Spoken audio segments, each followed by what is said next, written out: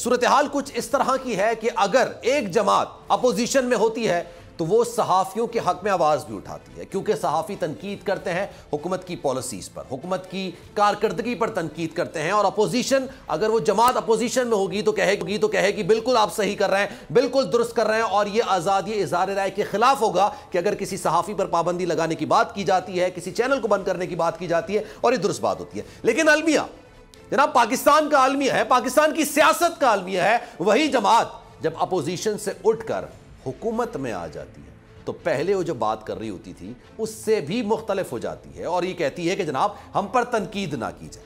Paika ordinance Pakistan Tehreek Insaf गालिबन लेकर आई, अगर मैं गलत नहीं हूं, पाकिस्तान तहरीक इंसाफ लेकर आई, उसको इंप्लीमेंट भी कराया, लेकिन फिर ये मामला अदालत में चला गया। अदालत ने कहा कि जनाब ये इंप्लीमेंट नहीं हो सकता है, इसको मुअत्तल कर दिया गया। अब जब इसको मुअत्तल कर दिया गया और ये इसका वजूद नहीं है, इसके साथ ही इस कानून के तहत ही एक इंक्वायरी का आगाज कर दिया गया और इंक्वायरी जनाब समी इब्राहिम के खिलाफ शुरू कर दी गई है। और समी इब्राहिम साहब तो इस वक्त मुल्क में है ही नहीं और उनके खिलाफ इंक्वायरी का आगाज कर दिया गया है। अजहर सिद्दीक साहब इस वक्त हमें ज्वाइन करें, माहिर कानून, उनसे मज़ीद। अजहर सिद्दीक साहब ये बताइएगा, मेरा सवाल ये है, अगर एक जमात अपोजिशन में होती है तो भाई वो अलंबरदार बन जाती है आज़ादी सहाफत की, लेकिन वही हुकूमत में आती है तो अपने ऊपर होने वाली तनकीद को बर्दाश्त नहीं कर पाती। ये क्या माइंड सेट है?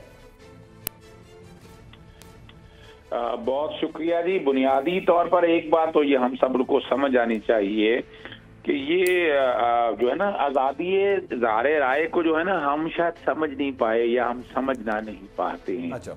हुकूमत वक्त जो आती हैं, जिन्होंने अपना तरीका कार चलाना है, अपना इन्होंने वक्त गुजारना है और इनका मकसद सिंपल ये है कि उनके खिलाफ बात कोई ना की जा सके। पुरानी गवर्नमेंट और इस गवर्नमेंट में फर्क जो मैं देख रहा हूँ, पुरानी गवर्नमेंट जब थी उन्होंने केसेस लिए, लेकिन आज़ादी इज़हार राय के हवाले से आप बता दें कि जिस तरह के नोटिस और जिस तरह के इससे पहले कोई ली हूं, क्या क्या बातें नहीं होती रही। हमने तो भाई नेम देखे हैं, हम तो भाई यानी और कहां कहां किस तरह के अल्फाज इस्तेमाल होते रहे हैं वो आप लोगों के सामने है।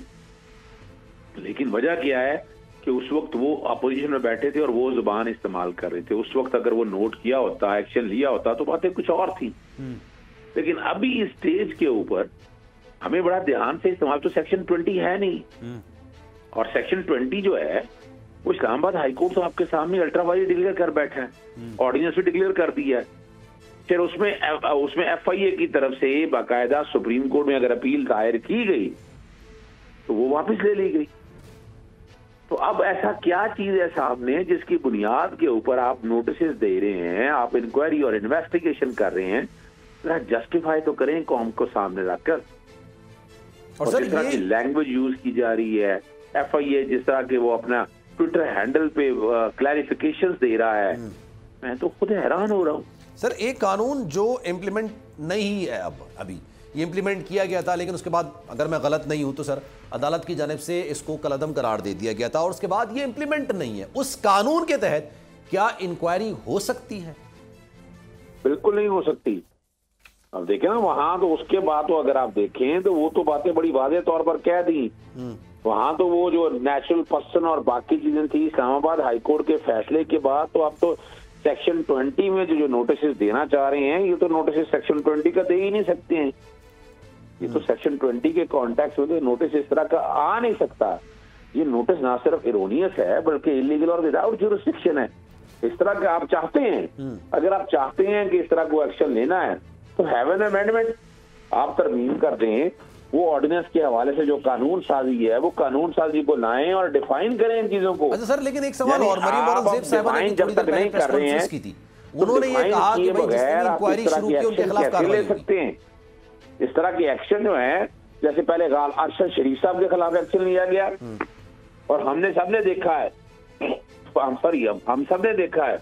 उससे पहले अगर चले जाएं तो क्या क्या जुबान इस्तेमाल हुई है, क्या क्या अल्फाज इस्तेमाल हुए हैं, जरा हमें वो रिजल्ट तो दिखा दिया जाए कि उस पर क्या किया आप लोगों ने, क्या किया FIA ने। FIA के हवाले से जितने मामले आए वो काम बिल्कुल करें, हमें एतराज नहीं है। कानून और आइन के दायरे इख्तियार में रखे देखें, पहले कानून ठीक करें, सर ये कानून बनाएं। ये किसके मातहत है सर FIA? अभी अब कानून बनाए ना पहले, अभी तो कानून तो फील्ड पे नहीं है। नहीं सर, मैं ये इसलिए पूछ रहा हूँ, आपको याद होगा इस्लामाबाद हाईकोर्ट को इस बात का नोटिस देना चाहिए कि इस्लामाबाद हाईकोर्ट का डिसीजन है ना जी, इस्लामाबाद हाईकोर्ट को इसका नोटिस देना चाहिए।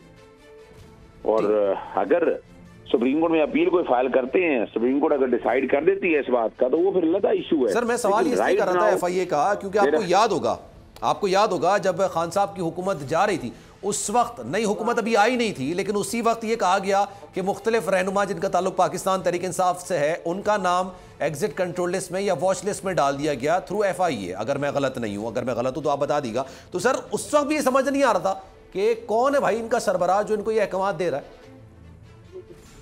देखिए डिफेक्टो तो पंजाब में भी मैंने देख लिया, हमने वहां भी देख लिया कि जो जहां हम अपना एस्टेब्लिशमेंट में सिर्फ पाकिस्तानी फौज के एक इदारे को समझते हैं, यहाँ सिविल एस्टेब्लिशमेंट बहुत स्ट्रांग है, यहाँ की ब्यूरोक्रेसी बहुत स्ट्रांग है। जो हुकूमतें यानी आने से पहले, देखिए ना वजह क्या है कि इन प्लेस इक़्तिदार में तो वो होते हैं ना, तो उन्होंने एग्जेक्टिव ऑर्डर पास करने हैं, उन्होंने वो सारे मामला देखने हैं और वो सारे निजाम को वो आपकी वो लेकर चल रहे होते हैं। ठीक है। और अगर मुझसे पूछते हैं तो एस्टेब्लिशमेंट में इसके अलावा हम तो अब हमारे वोकला जो एसोसिएशन या जो है बार काउंसिल या बार एसोसिएशन, ये भी एक एस्टेब्लिशमेंट का एक हिस्सा है। जर्नलिस्ट कम्युनिटी के अंदर कुछ ऐसे लोग बैठे जो अनटचेबल हैं।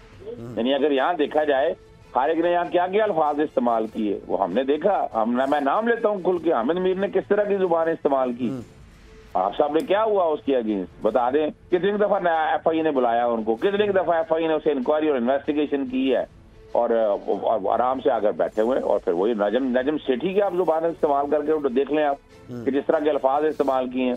उसके अलावा नाम नहीं बाकी लोगों के लेना चाहता। एक वो क्लास है 5315 की, वो अनटचेबल है, बड़े अदब के साथ आगे करना है तो बराबरी के सतह पर करें, बुलाएं उनको भी, और उनको क्या चीजें सामने नहीं है रिकॉर्ड के ऊपर।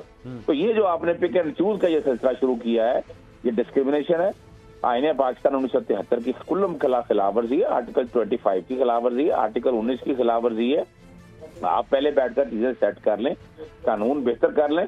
कोई नहीं ये चाहता, हमें से भी कोई नहीं ये चाहता कि हम इदारों के हवाले से बात हो, इस तरह इदारों को तस्लील किया जाए। बिल्कुल इस बात की इजाजत नहीं दी जा सकती है, लेकिन सवाल है कि आप जब तक बैठकर उसके पैरामीटर तय नहीं करते हैं, चीजें सारी रिकॉर्ड में सामने नहीं आती हैं, तो क्या उससे पहले ये काम किया जा सकता है? तो आंसर इज बिग नो।